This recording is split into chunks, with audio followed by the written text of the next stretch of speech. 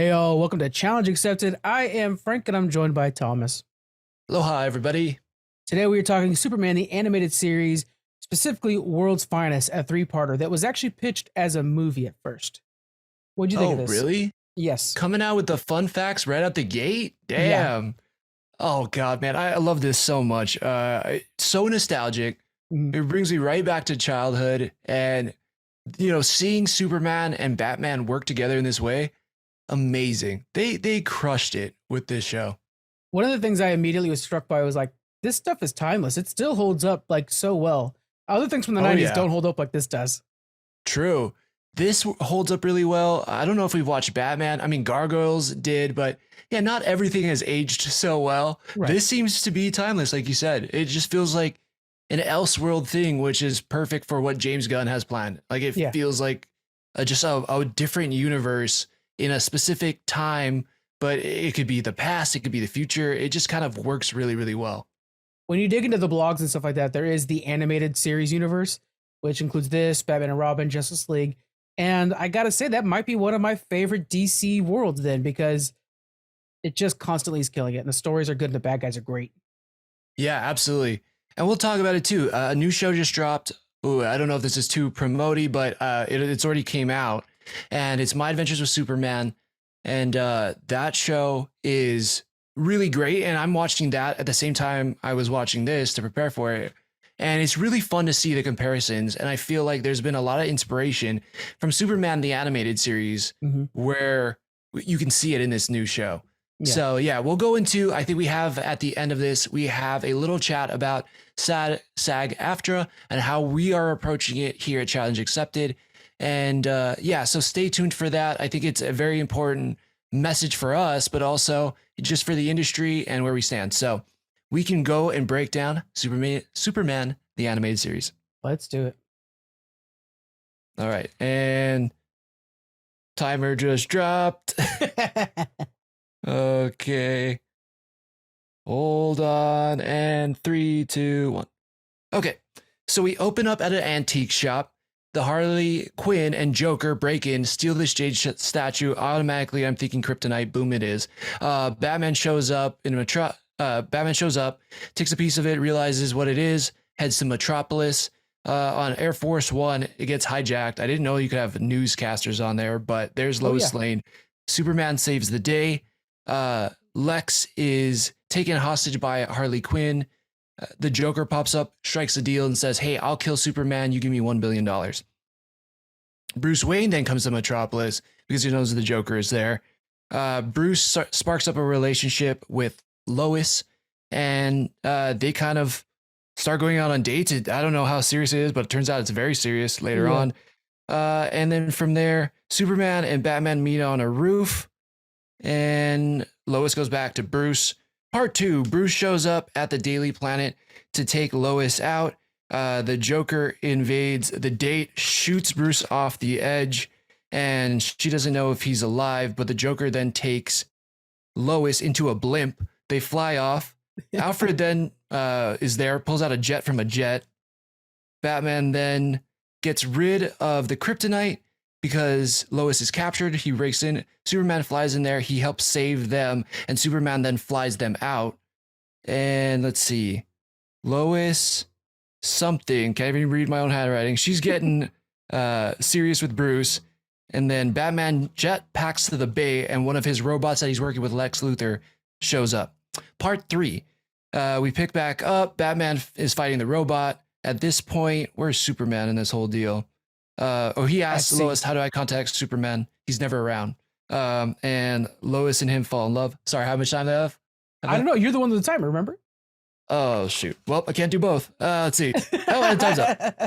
And yeah, they all fight the robots together. Batman saves Harley. Superman saves, there's the timer. Superman saves Lex.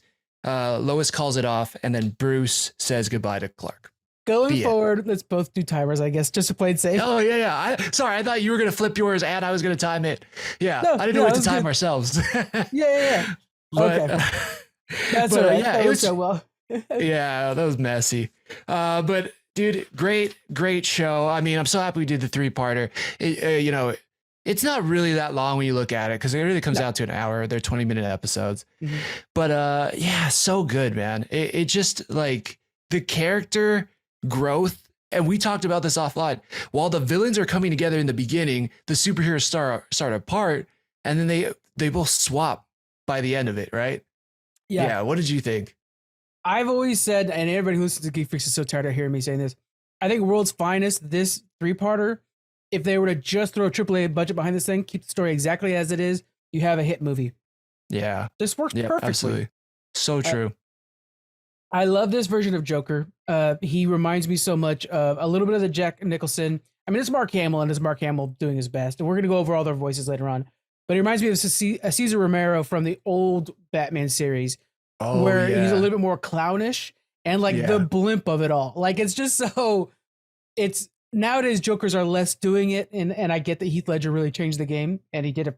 Don't get me wrong, great, but it's just nice to have a big mallet being swung around sometimes. It's fun. Absolutely, like just super over the top and comical and fully clowning out. I mean, all that was, it was super nice to see. And Mark Hamill being the Joker's voice, it's like, damn it, man, it's just like missing Kevin Conroy. Like them together is just a powerhouse. And speaking about amazing voice acting, this is the best sounding Superman. I feel like this is one of the best sounding Loises. Like there's just also Harley Quinn, super iconic as well. Like all those voices so good. We talked about this a lot when Kevin Conroy passed away last year, but these are the voices that we hear when we read the comic books in our heads. Tim Daly plays Superman. This will always be my Superman. Dana Delaney, who plays Lois Lane, I mean, just like something about her personality. When they just cast, I can't remember her name, but from Miss Marvel's going to be the new Lois Lane. I'm like, oh, good, because she has that personality. Miss Maisel. Miss Maisel, thank you. I said Marvel. Rachel Brosnahan.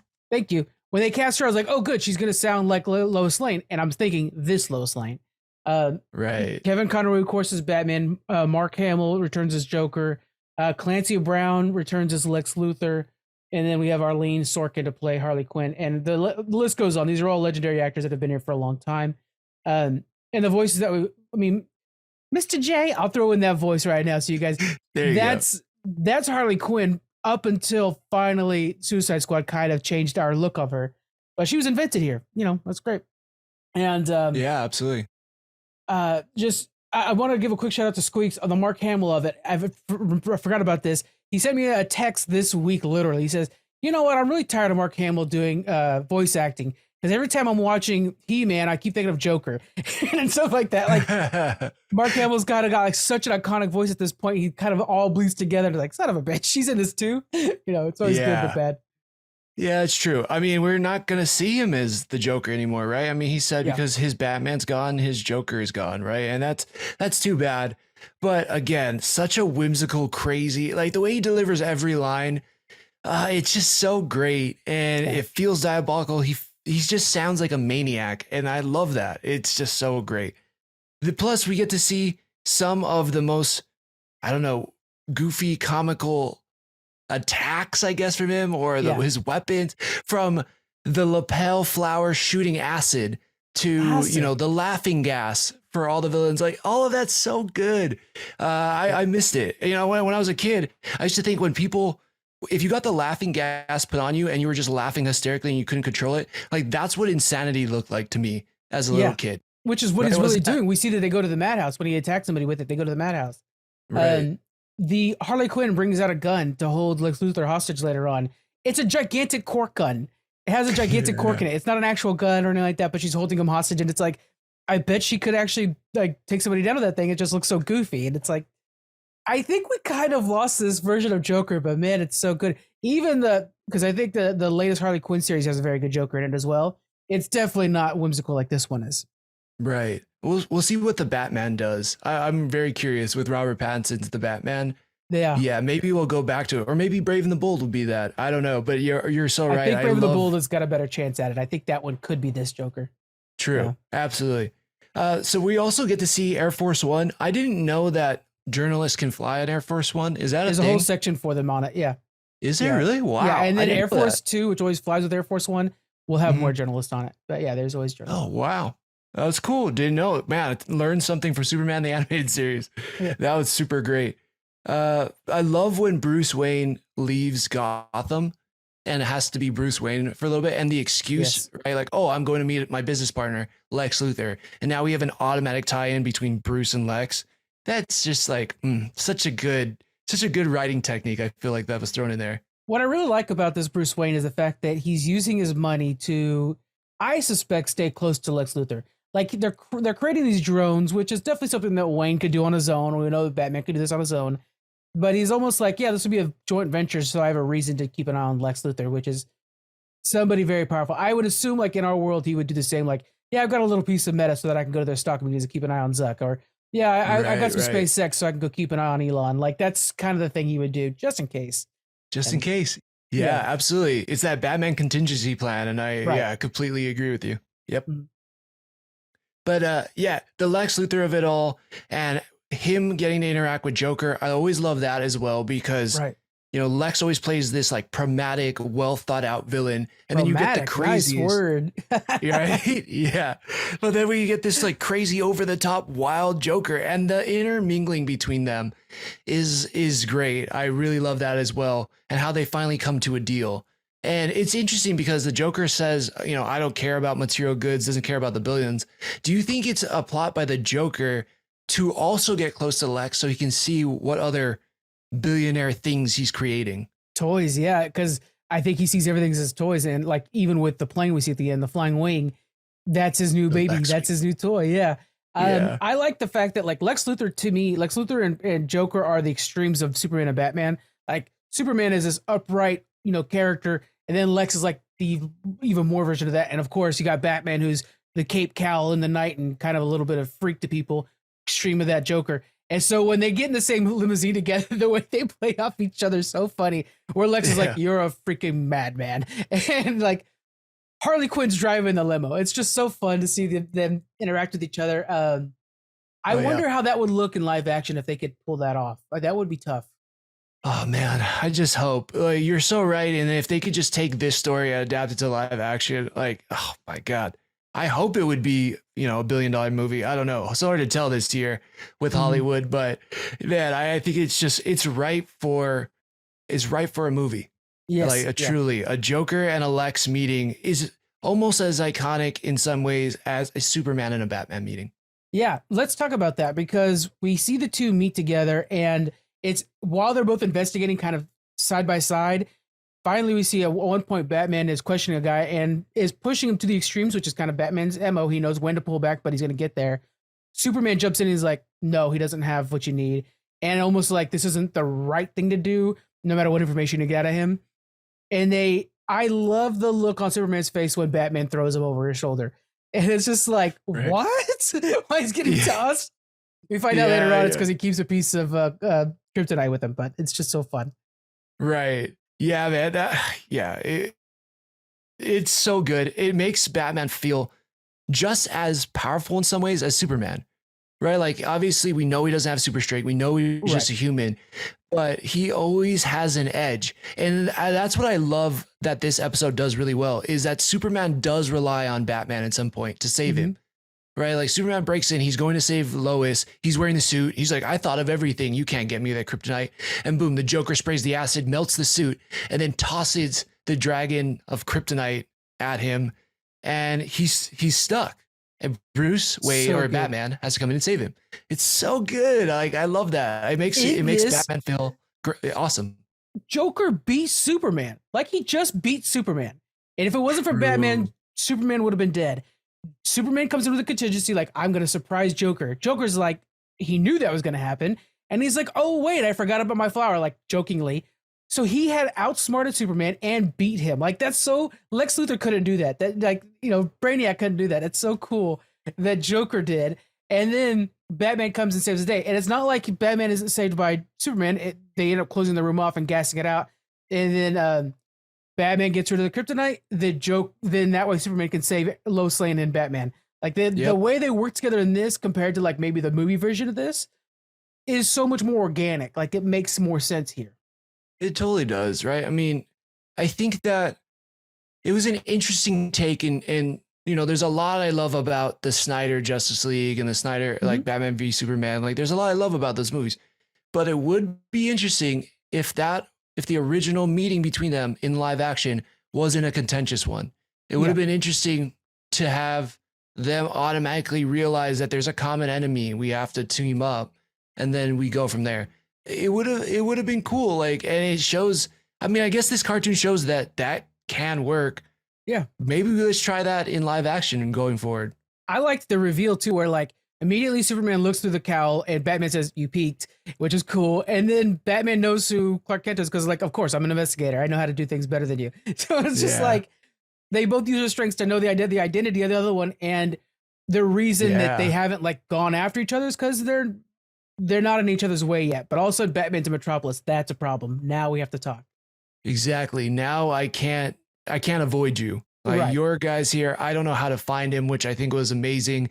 Yeah, you're so right about them being counters, though. At the same time, they're whether it's the Joker and Batman or Superman Lex, they're complete opposites. But it doesn't necessarily give them an advantage. Where it seems like if they cross, it does. Like Superman with the Joker. Well, Superman. He's invincible in a lot of ways, but the Joker is just wild enough. Unpredictable. Where Batman. Yeah, I mean, Batman knows Lex Luthor. He's a businessman on the side. He knows that game, but he's also Batman, where he knows how to get things over on regular people too. It's, oh man, I love it so much. So good. It's so much better and more complex while still feeling simplified in this story, because these shows are very complex and they're very deep sometimes, but it's all still in a simplified world. It does a great job. What do you think about the relationship between Bruce and Lois Lane? So that one was interesting for me. I don't remember World's Finest, the comic. I read a piece of it at some point, but it's been a while now. And I like that Batman says this thing where it's like, Lois actually likes Bruce, but she loves Superman. But, she doesn't love the other sides of us. I thought that was such an interesting line, and it works so well. And you're like, wow, okay. So she wants just a strong, confident guy who also is heroic, and I just love how they played into that. That was just really, really well done. Superman follows it up with, too bad we couldn't swap that around. And what I like about that, the thing I like about that is because I feel like, I know, I don't feel like this is facts. Batman is really Batman, and Bruce Wayne is the Mask. She's in love with the Mask. Superman is really Clark Kent, and she's in love with the Mask on that one too, because Superman is not who he really is. He's really this Kansas boy who's just a good guy, and so she's in love with the masks, not with the real people. And that's why when Superman says, "I wish we could switch that around," I think it's, I wish I can be the real person that she likes, and not this super character. Wow. That's deep, man. And I agree, though. I agree. Yeah, you're so right about that. Yeah, but I mean, why wouldn't she swoon over Bruce Wayne? Super handsome billionaire. Yeah. He's suave as can be. I don't know. It was just really interesting. And, where she's getting so serious and head over heels about him. And it feels like Bruce, the Mask, is kind of feeling something for her, too.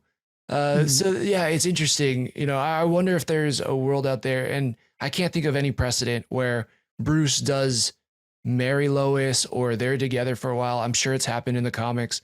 I can't think of anything off the top of my head, but it was really, it's an interesting premise. What a powerful duo that would be. Like, I think that's why Catwoman works so well, is because Catwoman's at the same edge as Batman. And also she loves the Batman side of the Bruce Wayne Batman combo.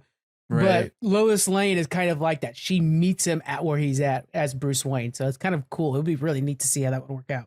It does. And I mean, eventually too, she ends up helping to save him where he gets demasked. So there's a point where even Lois can save Batman, which is awesome. It shows how badass of a character she is and how much respect you got to put on that Lane name. She kind of fell over her heels. She was about to move to Gotham. I mean, like, that's how fast this went. She's about to move to Gotham. At the end, they have the conversation. I do like how he goes to Superman, or Clark Kent, I should say, and says, "She's all yours. Take care of her. I'll come back," kind of thing. Like a threat to Superman. That was always fun, and flies off. But that kind of knowing smile between the two of them, it does miles. It does a lot, because it shows that, like, this is a friendship now that's going to go forward. And we see that in the Justice League series, which is kind of a sequel to this series too, just as this is sort of a succession or a follow up to the Batman series. Yep. It shows that now these two are brothers. They eventually get to that point, but I like later on when Superman is saved, or like they escape, and Superman's telling Batman like, "Thanks, I would have done this without you." He's like, "I know," and he just takes off and he's like, perfect. Yeah, I know him. I mean, he grappled to the jet and just flew away. Like a jet just carried him off. I was like, that's badass AF, man. I was, yeah. What a thought. I mean, there's a bunch of crazy stuff in this episode where you kind of just have to accept. I think it's in episode 2 where the Joker and his gang are shooting at Bruce Wayne's feet, and he falls over the edge. And he's falling like hundreds of feet at this point and just grabs on the side of the building. Yeah. I'm like, how the hell did he do that? But of course, if anybody could do it, I guess it's Bruce. You know, that part was a little too much for me. Of course. And then we also have the fact that, I mean, it confirms that Joker doesn't know that Bruce is Batman, which in the comic books is always a thing. Everybody always, you know, and there's one comic book we reviewed on Geek Freaks back in like 2019, very long ago. There was, and I like to bring it up a lot. But Joker's talking to these two guys in a bar. They said they're going to go kill Bruce. He meets them out in the alley and kills both of them, saying nobody's going to kill Bruce but me, referencing Batman. And so it's like the one time where it's like, oh, there's a wink that he does know who it is. This one is confirmation that they don't know who each other are. But the dynamic of trying to get to Lex by killing Bruce to get to Lois Lane, it's like this whole complex thing where the four of them really are in this dance of who's going to get who. That, I think, is what puts the strain on Lex Luthor and Joker at some point. Yes. Yeah. I mean, the Joker is thwarted because of both of them, right? Yeah. I mean, yeah, the power of them uniting is too much. And again, this is probably where the enemy should be also realigning, should be teaming up in their forces. But this drives them further apart. It's like, I paid you this money and you haven't gotten the job done, and you said you would. And then Joker realizes like, oh, wait, I don't really care about you that much. And you have all these toys here. Yeah, I'm just going to take this from you. And when they should be teaming up, it screws them over. Where for our heroes, now they are teaming up, you know, by that final episode, you're like, yes. And it just, so it's earned. I think that's the point. That's I really well like about said. It. That's super so well earned. said. Yeah. I like how they have that robot fight scene where each of them are fighting a robot and they kill them in their own ways, you know? And then there's the robot that has Mercy, which is Lex Luthor's right hand, tied to her. So then neither of them can kill that robot individually. They have to work together to take that robot out, which is like, why has no movie depicted this perfect example of like, they're both badasses, together they're a better badass. It's just so well done. In a freaking cartoon. I know. And again, this is probably going to get some hate, but I think just better done than Batman vs. Superman at the end. Even when we finally get them teaming up together, it's them one-on-one taking Doomsday. And it shouldn't have been like that, I think. I think this, if they had followed the blueprint from this show, there could have been something there where Batman is equally aiding Superman with Doomsday, and it just works out. Like he shoots the kryptonite bullets, but I don't know, it just didn't feel as well done as this did. This feels like it's highlighting the strengths of each character and the weaknesses filled in by the strengths of each character, which the movie did not do at all. Boom, nailed it. I think that's it right there. Yeah, absolutely. That's well said. So good. I want to see more. I guess I have to go back and watch like the Justice League because I haven't watched it in a while, but I could watch Superman and Batman just teaming up all day, every day. Like the way this finishes, though, I think is very cool. Like, so Joker steals the flying wing and I like how he's like, I'm going to destroy everything that Lex Luthor has built. And then Lex Luthor's like, I built 30% of whatever it was of Metropolis. So you literally have Joker blowing up Metropolis. Can you think of a more like cool comic book phrase right there? And Batman's on board fighting him. Superman jumps in to help after he takes care of the last robot, and right away Batman does Batman things and is like, you're doing that, I'm doing this, we're saving both these people out. Does not even bother to save Joker, which is very uncommon for Batman. And I freaking love the Mark Hamill laugh of when Joker's sitting there like on the floor and he sees the marbles start coming out and blowing up and he just starts laughing it off like, this is funny. And I'm just like, Yeah. oh, this is so good, Joker, like right Yeah. here. Absolutely. I so agree with that. Yeah, I kind of reasoned the Batman not saving the Joker because in a scene right after, a few scenes right after, he's putting on the parachute. So I was like, oh, okay, Batman knows he has a way to escape. Harley does Right. it. But I do agree with you. Right away, he's like, I save Harley, you save Lex, let's go. And oh God, it's just awesome. You know, like Yeah. Batman should not be bossing Superman around. But he does, and it works, and it makes sense. And oh God, they just display such a good job of how that relationship operates in a short scene. So well done. I gotta say the line. Here it is. I'm gonna put it in, but I'll say it for you. Mhm. While they're parachuting down, and Harley Quinn looks over at the destroyed flying wing, she says "Puddin'," which is her nickname for Joker, and then Yeah. he says, "At this point, he probably is." Oh, I know. Fuck. Brutal. Absolutely brutal. Yeah. Okay. Well, if he did think he was dead, maybe he was just saying that to mess with Harley. But yeah, that's a little dark. I mean, even dark for Batman, and we all know he's Prince of Darkness. But yeah, there's another line that I loved in this show, which was Batman saves Lois from the robot, and he goes, "How do I contact Superman?" And he goes, "He's never around when I need him."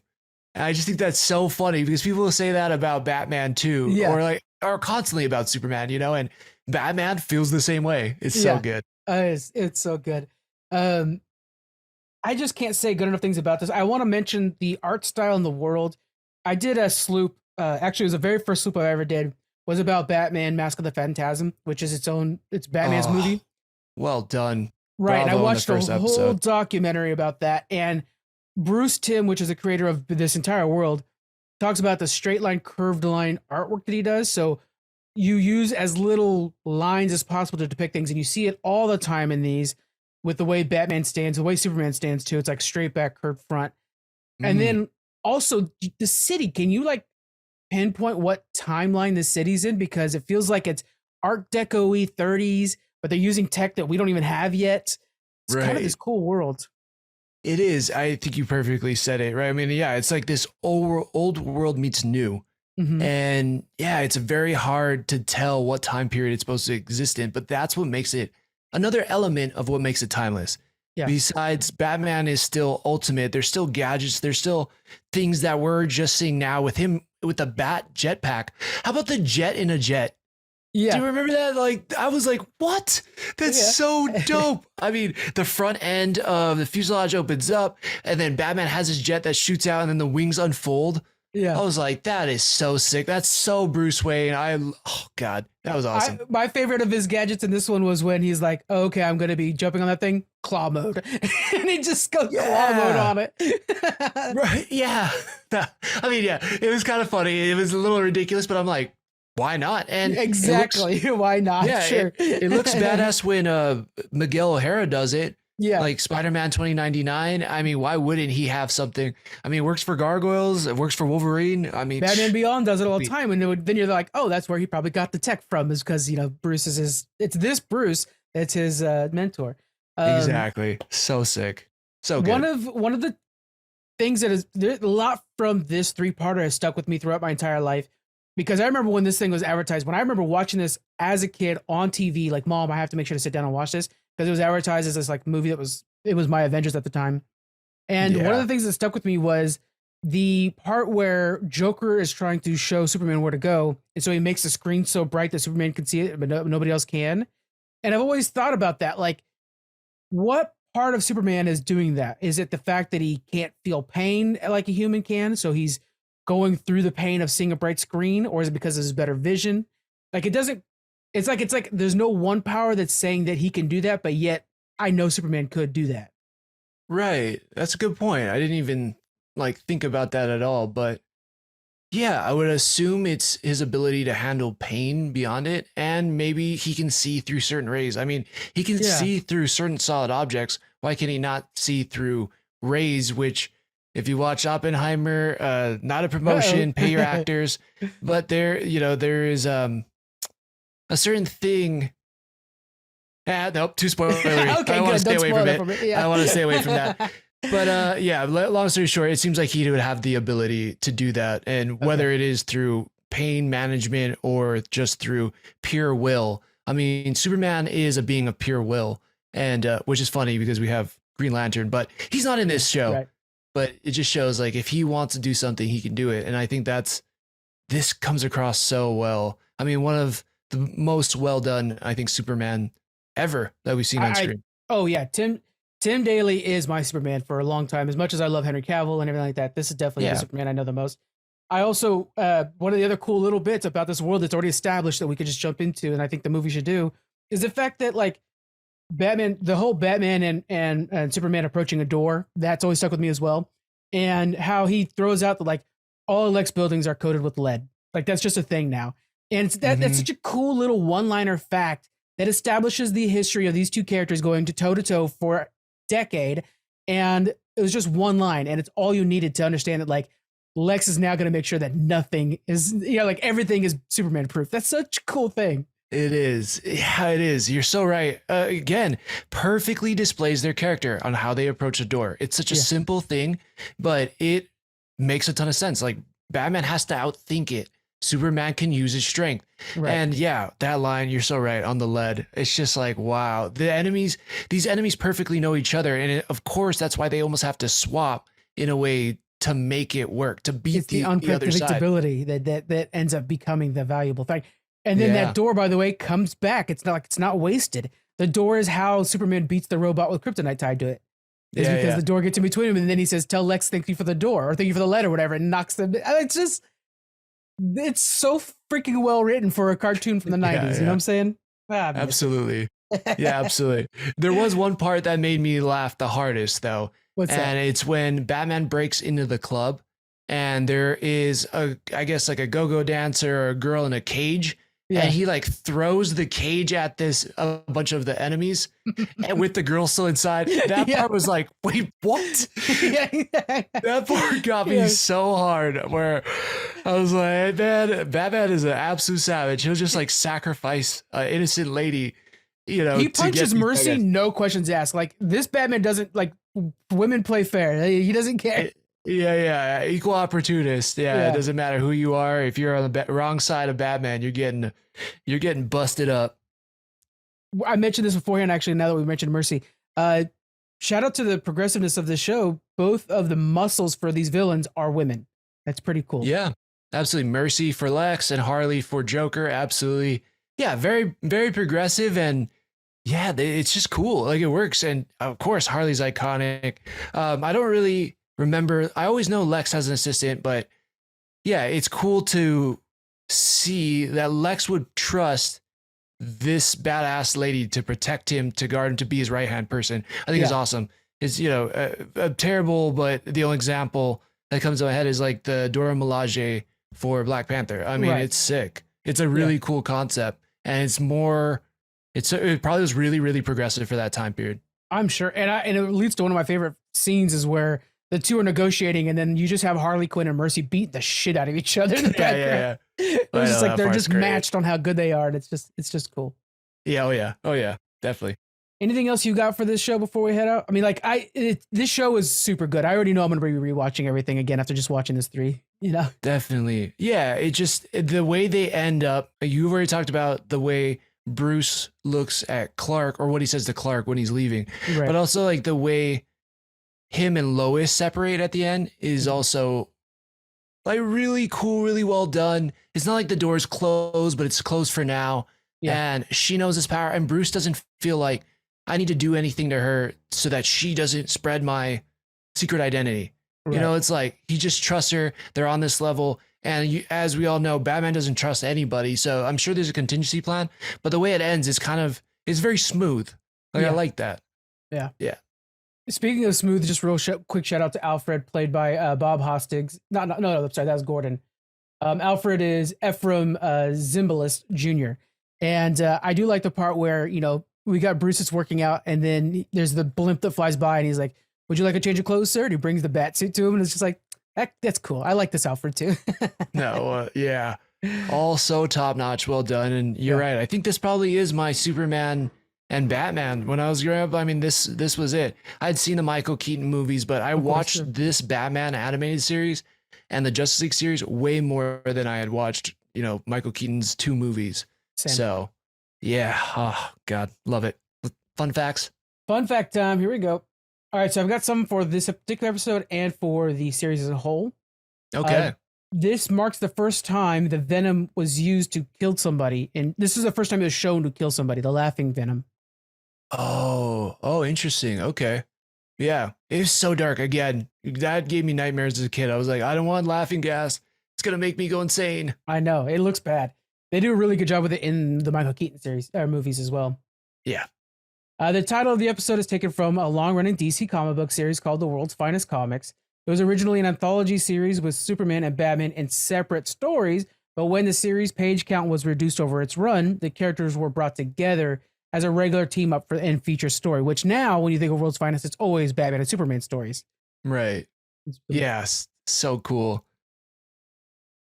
The Joker said that Lex Luthor would be Mr. Clean, which is a reference to the product, who is also bald. So he looked like Mr. Clean. That was classic. Yeah.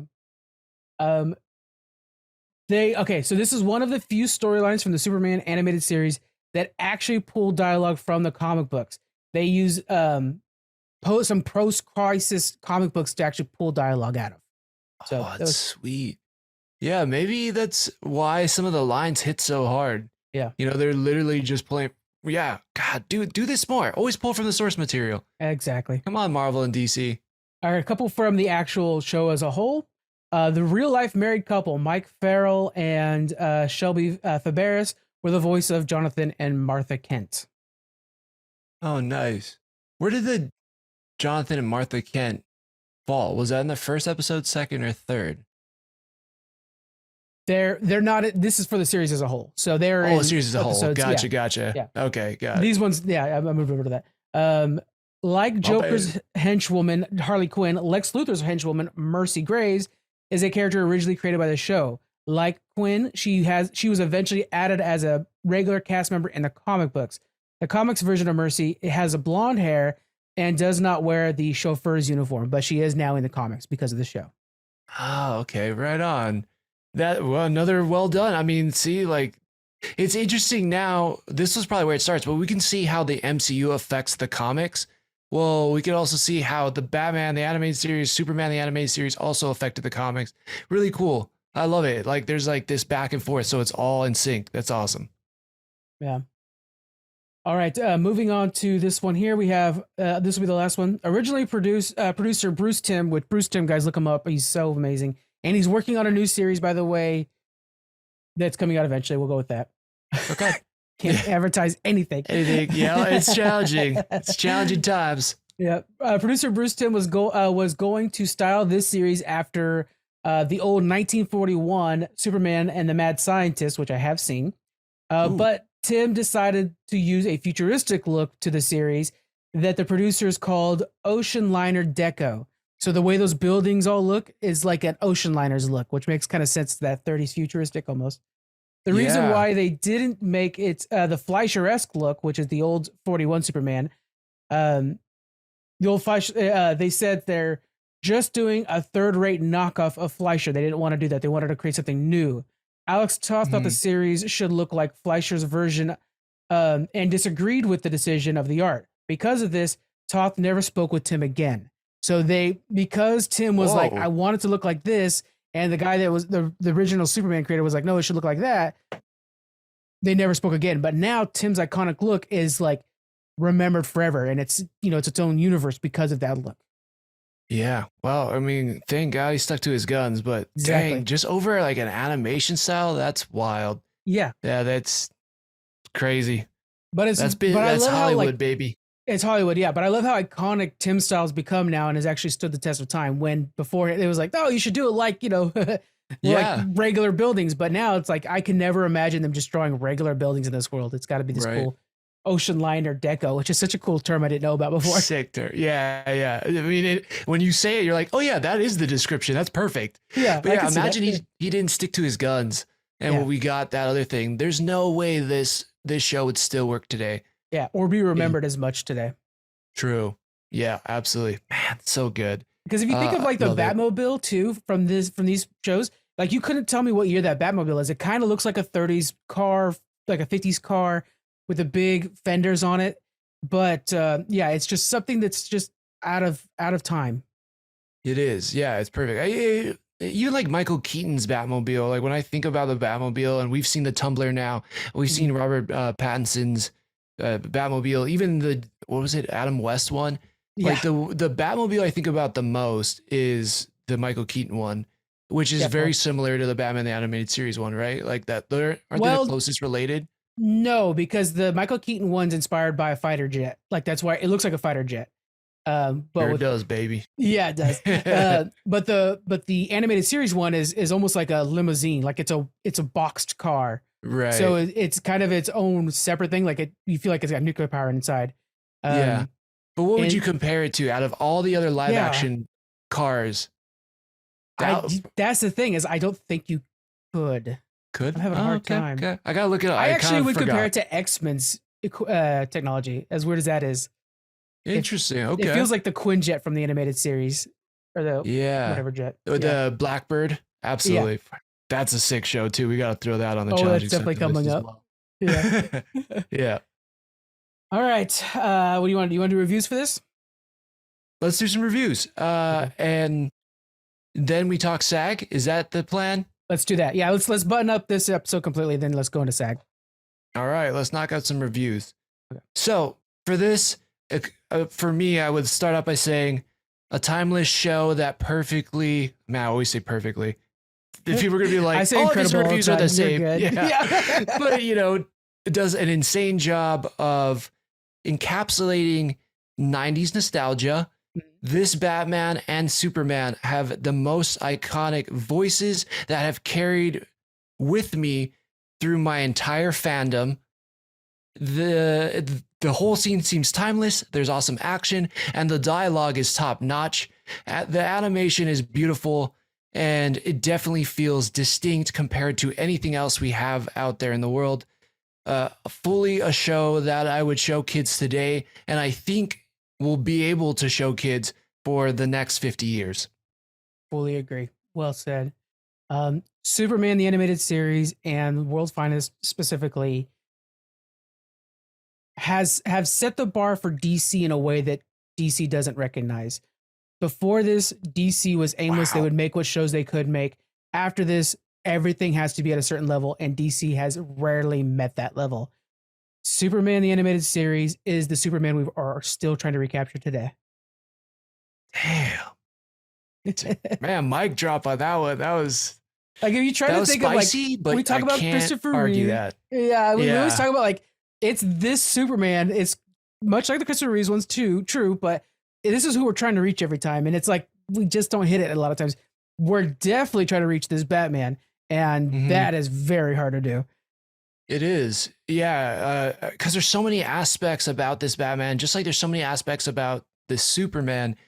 And again, we're trying to respect SAG and what Mhm. they're going through, but can't lie, I'm excited about Superman Legacy. And based on what James Gunn has said, I think I have hope in it again, Yeah. which, Superman should be about hope in general. But I have hope that he's going to truly capture what Superman is about and also what Clark Kent is about. Because we get to see here that he's a great reporter himself. He has his ways of going about things. Like, I want that aspect to be shown as well. Yeah, Yeah, I don't know. Is this too promoty to talk about my adventures with Superman? I think it is a little bit. Let's hold off on that. We'll do an actual challenge on Okay, it. Let's do that. it's out now. Check it out. But there's some good things in that as well. And I would say nothing. You don't get my adventures with Superman without getting Superman the animated series, Definitely. because there's so much. You literally that don't was get Harley well Quinn done. either, because Yeah, sure. Yeah. she's Definitely. invented in this world as well. Let's go Exactly. ahead. Let's do our challenge. What are you challenging me to? So I will be challenging you to an awesome movie. We've been talking about it offline, Yeah. just like, oh man, wasn't this great? I'm like, wait, that should be a challenge. And the movie is Tombstone, a badass action western about 4 sheriffs defending this town. Just amazing actors in it. Really classic story. Yeah, what do you think about the challenge? Might be my favorite Western ever, and I love Westerns. It is one of my most rewatched movies for sure. Damn. I mean, how many lines have we quoted from Doc Holliday over the years? This is Yeah, yeah, perfect. Yeah, really absolutely. good choice. Absolutely. Yeah. So, okay, cool, man. Well, I'm excited about it. I think it's going to be a lot of fun. It's been a while since I've watched that movie, and yeah, I can't wait to get into it. It's going to be That's great. pretty good. Let's talk about SAG after the fun topic.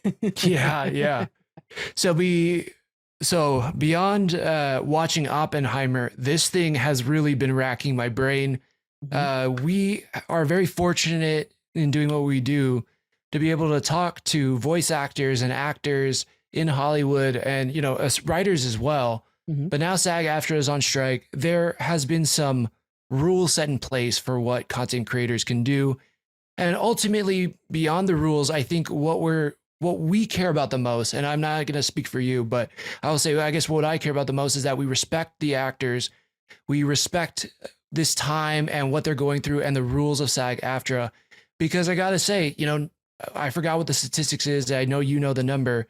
Not every actor is pulling in Tom Cruise, Meryl Streep, Samuel L. Jackson money. That those are the A-list top tier. There's a lot of actors who are trying to fight for gigs every week, who maybe get 3 to 4 gigs a year, who have families, who have rent and mortgages, who need to eat dinner, that may not be getting enough money to do that. And now you're saying on the studio side, hey, we want to take your likeness, pay for 1 day of work, and then own your image in perpetuity. That just doesn't seem right to me. It seems so ridiculous and cartoonishly evil that the studios would want to do that. Speaking of Lex Luthor, right? Yeah, like what did Lex Luthor move? Like but this SAG has come out and shown that they're like, yeah, this is what they want to do. They want to scan extras' faces, pay them for 1 day of work, which if you're an extra is usually like $50, and then they could just keep putting you in movies in the background all the time. And it's like, that's clearly not cool.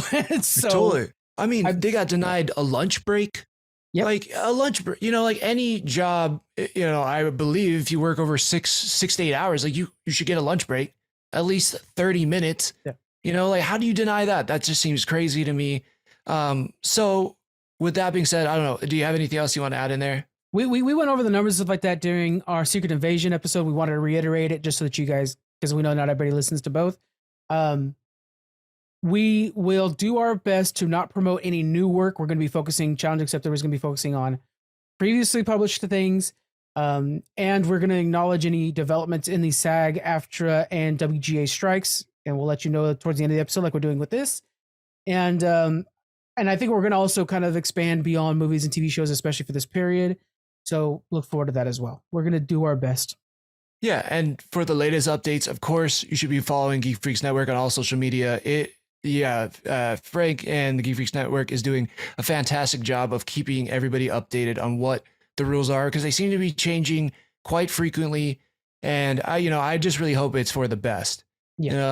I think I posted something recently of what the top execs were getting from Amazon and Apple and Max. I guess it's Warner Brothers and Discovery. Dude, yeah, that Zaslav. Oh my God, he's a criminal. God. It's crazy. It's almost $500 million a year, and we don't want to pay your writers for the shows that are making you almost $500 million a year. That just seems wrong to me. We're not political by any means, but it just seems like how it just doesn't feel like it's right. Yeah, it's not a political affiliation at all. AI is very easily going to be replacing a lot of those jobs if we don't do something about it. And you should be able to qualify for $26,000 to be able to pay for health insurance, and most SAG members do not.